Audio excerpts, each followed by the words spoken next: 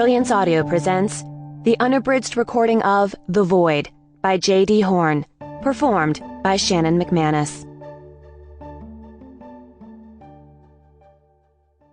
1. Newspaper says a road crew found another part of that poor woman out on Hutchinson Island. Claire grabbed a towel and a spray bottle from the bar and moved from one table to another, misting each with a cleaner that smelled of mint before wiping them like she meant to purge them of original sin. McManus, the bar she owned along with Peter's father Colin, would be opening soon for the evening. Claire's petite frame buzzed from one task to the next.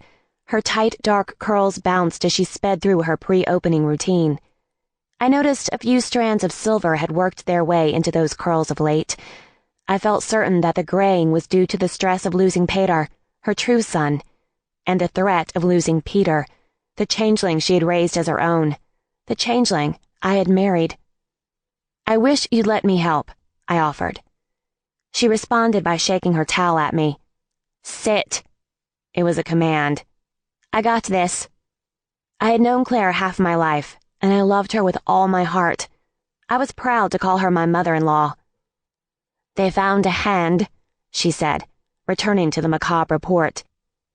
"Didn't say which, but they are sure it's from the same body."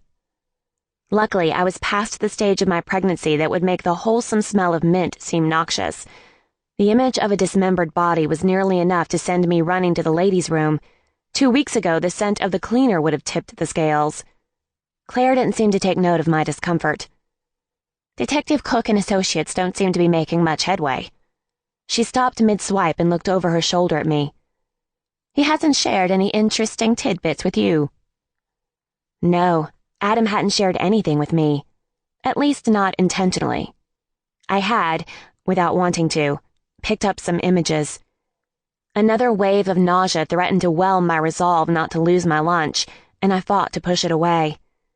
Outside of his screamingly nebulous impression of the woman's description, probably middle-aged, definitely Caucasian, a few of his stray thoughts had also registered, the most horrible one being, even though parts of the body had been showing up over the Savannah area for nearly 2 weeks, each part was still absolutely fresh when found.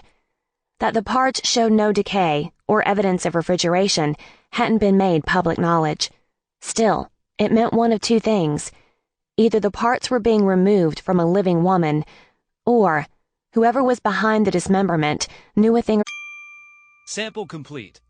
Ready to continue?